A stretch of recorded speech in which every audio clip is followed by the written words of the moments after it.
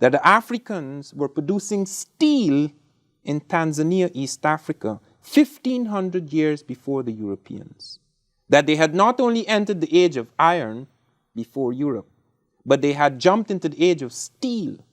Now, what has happened to this? If you go back into Tanzania today, you cannot find this. You cannot find that kind of development. Therefore, you begin to be aware that colonization, the conquest of Europe, didn't drag people up. It actually smashed things that were happening there. Now these things are coming out of the earth because archaeology is beginning to recover these things. Well, there is a very profound distortion of African history. Almost all of the books that have been written on Africa have been studies of primitives, of people in small communities just barely scratching the soil, people in jungles, etc. There is no appreciation of the fact that after the conquest, or just around the time of the conquest and after, you have a tremendous breaking up of African societies. It's not just a question of tearing these people out of their country, throwing them across the Atlantic as slaves, but the smashing of many things. It's as if you had dropped several hydrogen bombs on Africa. So that what you see afterwards is just the remnants, the ruins of the worst in Africa. The African, therefore, the image of the African ancestor has been built up upon the lowest common denominator. When we go back to European history, European heritage, we always go back to its great heroes, its magnificent achievements. But when we go back into Africa, historians and anthropologists have always looked for the worst. When in fact you begin to study African history seriously, and recent archaeological discoveries have now thrown up remarkable things. They have found within recent years, for example, that the Africans were producing steel in Tanzania, East Africa, 1,500 years before the Europeans. That they had not only entered the age of iron before Europe, but they had jumped into the age of steel. Now, what has happened to this? If you go back into Tanzania today, you cannot find this. You cannot find that kind of development. Therefore, you begin to be aware that colonization, the conquest of Europe, didn't drag people up. It actually smashed things that were happening there. Now these things are coming out of the earth because archaeology is beginning to recover these things. African history cannot be recovered, and even American history, early history, cannot be recovered like European history, because Europe has had the advantage after the conquest of having about 5 centuries of fairly settled history. They can go to their libraries, etc., in spite of the wars. But in Africa, the library is in the ground. The record of what has happened, the broken record, lies there. Now they're finding astronomical observatories. 2 years ago, they found that the Africans were involved in the most complex astronomy, that they had plotted a whole star system. This is in Kenya, at Namorotunga. They found among the Dogon in West Africa that Africans had plotted an invisible star 700 years before it was discovered by European astronomers in the 20th century, and that the plotting of the orbit and trajectory of this star, which is a white dwarf, an invisible star, Sirius B, the trajectory and plotting, the plotting of the orbits and trajectories are as accurate as that done by satellites in the 20th century. Recently, yesterday in fact, just before I came here, the New York Times brought out a startling article showing that the Africans had entered the domestication of cattle in East Africa 7,000 years before it occurred anywhere else in the world. And this is one of the bases. This is one of the bases of civilization. So that you have to look again at the African. It is because the capacity of the African, the potential of the African, has been reduced in our imagination and our consciousness by these studies of primitives, that we do not realize that the African was involved in things that are just as important, just as significant, and in some areas even more significant than what was happening in Europe before the Industrial Revolution. What is the main idea in your book, They Came Before Columbus? The main idea in my book is to show that early America, America before the coming of Columbus, was a far more complex society than people imagined, and that it involved Africans came in here. They came in on several occasions. Sometimes these were accidents, sometimes they were on purpose, and that they had an influence, an actual impact, an influence upon the formation of certain American civilizations. When we say pre-Columbus period, what are we talking about? We're talking about long before 1492. It is absurd, and only fools can still believe that Columbus discovered the Americas in 1492. In fact, Columbus never even came to this continent. Columbus wandered about in the Caribbean islands just on the very edge of the great civilizations. Cortez came here in 1519, and he entered Mexico. And Mexico, when I speak of Mexico in this program, do not confuse it simply with the Mexico we know today. That was a center of a civilization that spread over a great part of this continent. That when Cortez entered, he had come out of the heart of Europe, and he said when he entered Native America, when he entered Mexico, and he saw the pyramids and the palaces and the floating gardens and the zoos and the aqueducts and the running baths, he says, I have not seen its like in Europe. So the main idea in your book, you were dealing with that initially. The main idea in my book is that there were visits to this continent from the old world, that there were visits to the Native Americans in this continent, and those visits included Africans. And two of the visits of Africans were major and significant, and they affected American civilization. And American civilization was far more complex, far more advanced than was formerly believed. Earth satellites a few months ago revealed that the Native Americans, long before the coming of Europeans, had the most intricate network of irrigation canals ever discovered in agriculture. Okay, let us clear up one thing before we go any further. In the book that came before Columbus, you used the terms Negro-Nubian, Negro-Egyptian. Why? Well, that in some ways is unfortunate. I found it necessary to use the word Negro. I no longer use it. I'm now the editor of the Journal of African Civilizations, and I use the word Africoid for African types, skulls, etc. The reason why I was forced to use the word I had been trained in European anthropology and archaeology. All the books I had read used this term, not necessarily with the social implications which it has here. They use this term to separate Africoid types of people from Caucasoids or Mongoloid types, Asiatic and European types.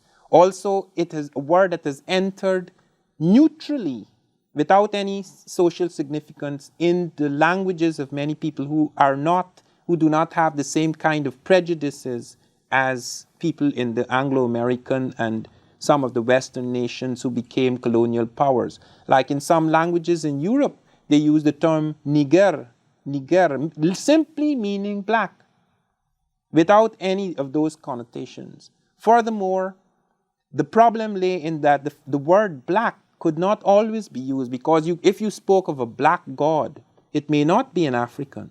You can have a black god who is not an African. Tezcatlipoca, for example, is a Native American god who is black, but he's not African. But there is a god, Nawalpili, who is both black and African. He's not only black in a ritual or symbolic sense, but he has Africoid features. So that was the problem I faced. And I had to make those connections, because when people talked of Nubians, they didn't often realize they were talking about black people. In the first few pages of They Came Before Columbus, you write about when Columbus himself heard about about Africans, the possibility of Africans having been here years before. What about that? Yes, so Columbus is the first man to give historical witness and evidence of Africans in America before him. In his journals, in his letters, you have evidence of this. He mentions that when he came back from his first voyage, he went to see the Portuguese. He didn't actually go there on purpose. A storm drew him into Lisbon, Portugal. He'd been sent out by the Spanish. The Portuguese invited him to the court, and there he learned from the Portuguese, who were moving across Africa, who had set up the first fort among Europeans in Africa, that African sailors had actually crossed over the Western Ocean and had found a land mass in the south. This was not what Columbus had found. Columbus found islands, which are now known as the Caribbean islands, but he had not gone on to a continental mass. The Africans had found the actual continental mass. And the Portuguese insisted that this continental mass in the south was 370 leagues, which is about 15 to 1600 miles away, according to whether you count a league as 4 or 4.5. There were differences in counting of a league, but it was about 1500 to 1600 miles away from Africa. And they pointed this out.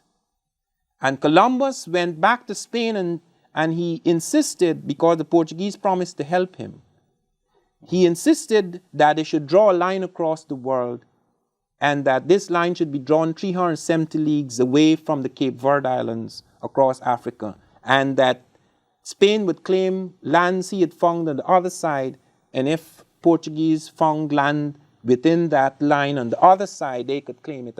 And Brazil, which was visited by the Africans, was on the other side of the line. And this line was drawn in 1494. It was drawn up in June 1494, before any Europeans had come to South America, on the basis of African knowledge. Okay, let's get down to the crux of the matter. How did these Africans come to the New World? Okay, now one of the things, as I have pointed out, in the metallurgy, like the steel, etc., in astronomy, etc., there is a profound misunderstanding of African capacity. The Africans had ships. This is one of them. This is in East Africa. This ship, this is just a model which I found in Fort Mombasa in Kenya. This ship is a 70-tonner. Ships like these in the 13th century before Columbus took elephants to China, right across the Indian Ocean. But this is just, they had ships like this in East Africa before Christ, but there were ships in North Africa along the Mediterranean that were far more sophisticated than any ships the Europeans had. European shipping is not even European. The sail Columbus used comes out of the Arab-African world. The astrolabe comes out of the Arab-African world. They found in the desert before Columbus, in the period before Columbus, the Africans were using compasses and nautical instruments to navigate the desert. They had these instruments which were used to navigate the sea. They've done studies recently of navigation in West Africa showing the Africans did have boats along the Niger. The African had boats that could take 3 camels aboard ship. They had cabins, all of these along the Niger, which opens, if you go down the Senegambia at a certain point, it opens out into the Atlantic. And the Africans did have empires with an Atlantic border. This is a simple question. It's going to sound simple, but you're talking about black people. Yes. Okay. And on several occasions, Africans were able to make that journey. If you look at a map of currents, and we will look more closely at this later on in the program, you will see there are 3 currents that take you from Africa to America. Africa is half the distance from America as is Europe. Not only is it half the distance, it is far easier to get from Africa to America because the currents take you automatically. In other words, you don't have to know of the existence of America. Even Columbus was not aware of the existence of America. He came off the North Atlantic. Columbus thought he was going to India, and he struck out for the latitude of Japan, hoping to land in India, and he swore he was in India. That is why people like myself are called West Indians. I'm the Indian he found in the West. And Americans are called American Indians because he thought they were in India. So that you have these currents which take you automatically. European ships did not use these currents until the second voyage, when Columbus used that knowledge which he got from the Portuguese about Africans. On the second voyage, Columbus heard from the American natives in Hispaniola, which is now known as Haiti and San Domingo, that Africans had come to the Native Americans. The Americans told Columbus that. He recorded it in his journals, that Africans had come to them trading in gold-tipped spears. Columbus sent samples of those spears. They were studied, they were surveyed in Spain, and they were found to contain the same ratio of gold, silver, and copper alloys as those found in West African Guinea. So were these Africans swept along this current, yes, or did they come purposely? Initially, it was an accident. Just like initially Columbus's so-called discovery, rather his coming here in a late period, was an accident. What's the name of this current? There are several of them. Okay. There's the South Equatorial Current. There's the North Equatorial Current. These currents come, there's a current coming off the Senegambia coast. There's a current coming off the Cape Verde Islands. There's a current coming up from the southern part of Africa. These currents all move towards South America, into the Caribbean, into the Gulf of Mexico. And there's a return current. And we have evidence that Africans not only went, but in a late pre-Columbian period, they also returned, because we found American things which the Africans brought back. Just as we have found African things in America, they have found American things which the Africans brought back with them, such as the cotton in the Cape Verde Islands. Are these currents still Oh yes, still in existence? For thousands of years, these currents have been in existence. This has been tested. 200 small boats, some of them smaller than the major African boats, have crossed the Atlantic. They have been tests. Heyerdahl, Thor Heyerdahl, the Norwegian explorer, got Africans to build a ship used long before the birth of Christ, used in Egypt and Ethiopia. And this ship was made of papyrus reed, and the scientists said it couldn't float. And Heyerdahl insisted, and the Africans under Abdullah de Jibrin built this ship, and it crossed the Atlantic successfully to America. From what part of Africa did these Africans come? The Africans came at various times from different areas. The one that I want to deal with, because most of the evidence exists for this, is Africans who came out of the Egyptian Nubian world. I'll call it the Egypto-Nubian world, around 800 years before Christ. I'll explain to you how I arrive at that date, how they arrived at that date, and I'll show you the types of evidence. Now, I want you first to look at this head, this stone head. Okay. Now, this head, they found a dozen of these heads. They found them in a very specific area. Before we go to the area, look at the head carefully. The lips, the very generous type of lips that you find in the tropical areas, the Africoid type. The broad nose with the very broad, flared type of nostril and the kind of flattened base. The brow ridge. And look at the helmet. That's a very peculiar type of helmet. It does not occur anywhere else in America. It has a strap along the face, falling along the ear, and it has a circular ear plug. Those helmets, exact type of helmet, were found in the Egyptian world in this period. What period? The period that has been dated by carbon-14 datings. Now, how do they arrive at that datings? They found these heads, and I want to show you the map now so as to show you precisely where the datings were made by scientists. Okay. Now look at that map carefully. That's the Gulf of Mexico. I want to remind the audience, and I want to make it quite clear that when we're talking about Mexico, we're not just simply talking about Mexico today. This is something that happened 3,000 years ago. That's very recent in history. America was peopled 50,000 years ago across the Bering Straits. This is very recent in American history. The United States is only 200 years old, its boundaries. So do not assume for a moment that we're talking about something outside of the United States. That is a center of civilization that occurred around 1,000 years before Christ. In that specific area, and I want to go back to that map, because in that specific area, I'll show you where they found stone heads. Now you see that thing looking like a basin there. That is the center of the first major American civilization.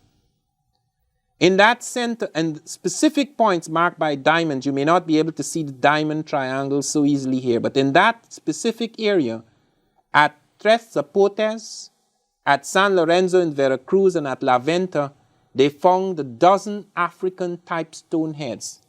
Vast heads, 6 to 9 feet high, weighing from 10 to 40 tons. The hugest things ever found in American sculpture, built of pure stone.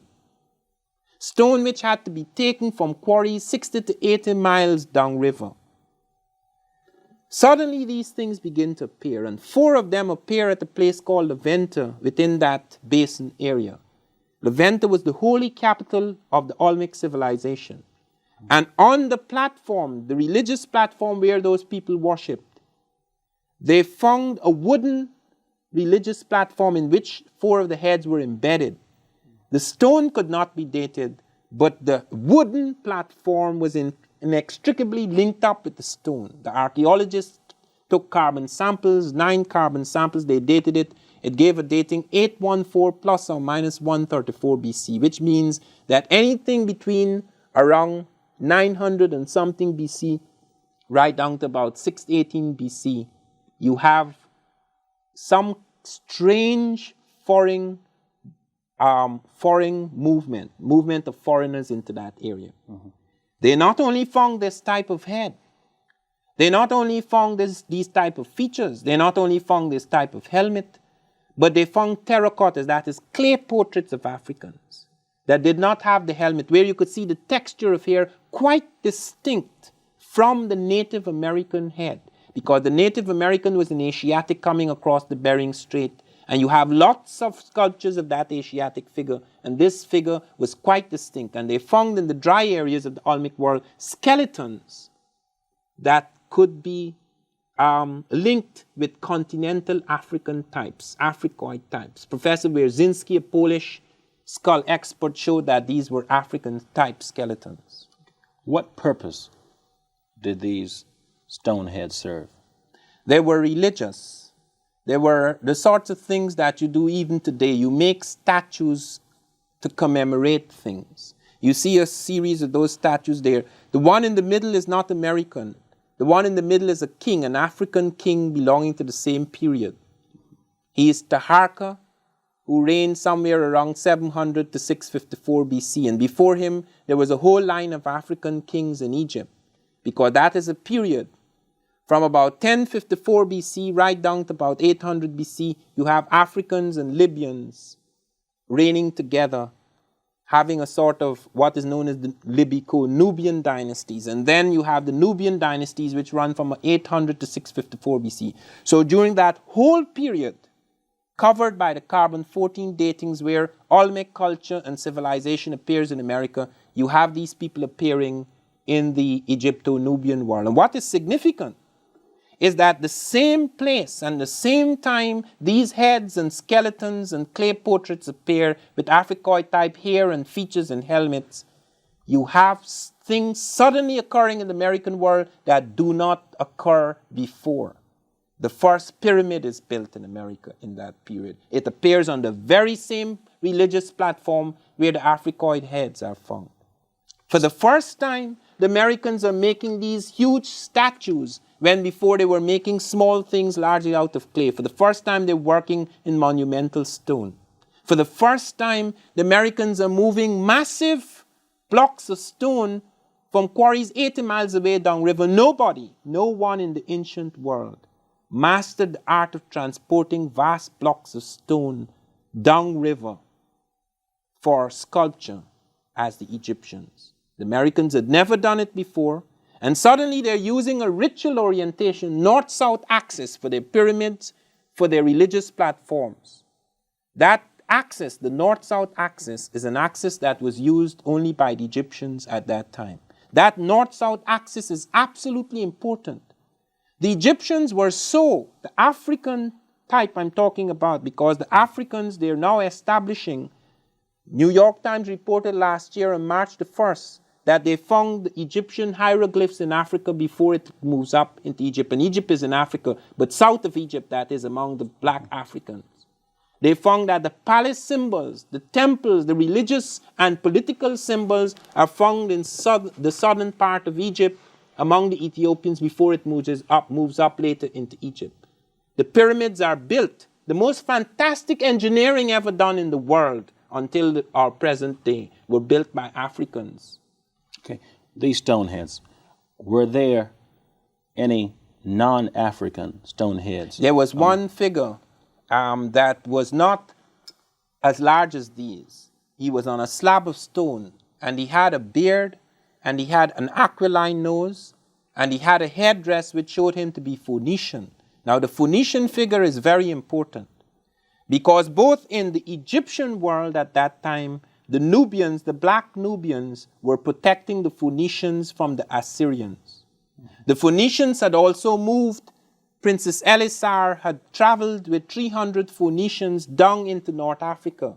And they began intermarrying among black Africans in North Africa, just on the edge of the Atlantic Ocean, from about 1000 BC right down until Carthage was built on the basis of that civilization. Recently, studies in Carthage, archaeological studies in Carthage, show that Carthaginian civilization, which included Hannibal and all those fantastic navies, that they were largely African. Now they study the skeletons, they have found it's a largely African civilization.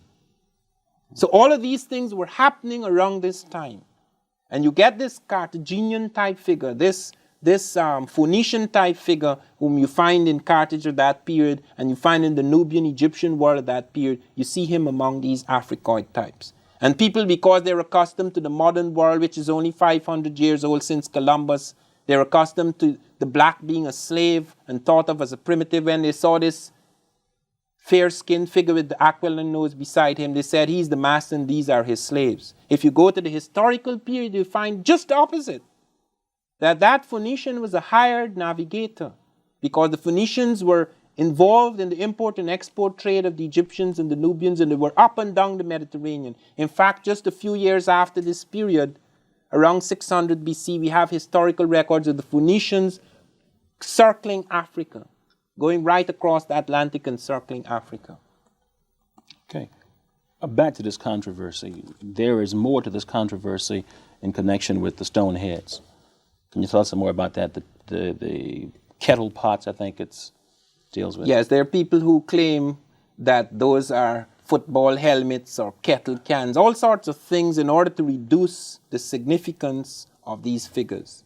But more important is the attempt by traditional Americanists, conservative Americanists, to dismiss this whole thing and say this is a mystery. I was at a conference in Arizona recently, and a Dr. Thompson, who's written a book on the Mayan, he admitted after strong questioning by me that there was every human variety in pre-Columbian America. But he said, just a few minutes later, he's absolutely sure the African was not among them. So I said, how could you have every human variety? It doesn't include the African. Isn't the African a human? This is the sort of contradiction in which conservative Americanists are involved. We'll continue this next week, Dr. Ivan Van Sertima. Please join my Telegram group by going to the description box. Click on the Telegram link. It will take you to the platform. Join us for us to discuss about the well-being of Africa and Africans in diaspora. If today is your first time coming to this channel, then don't forget to subscribe to this channel and turn on the notification button so that anytime I upload any great content, you will be notified. I'm always your guy, DeGraft Amoako. Thanks for watching.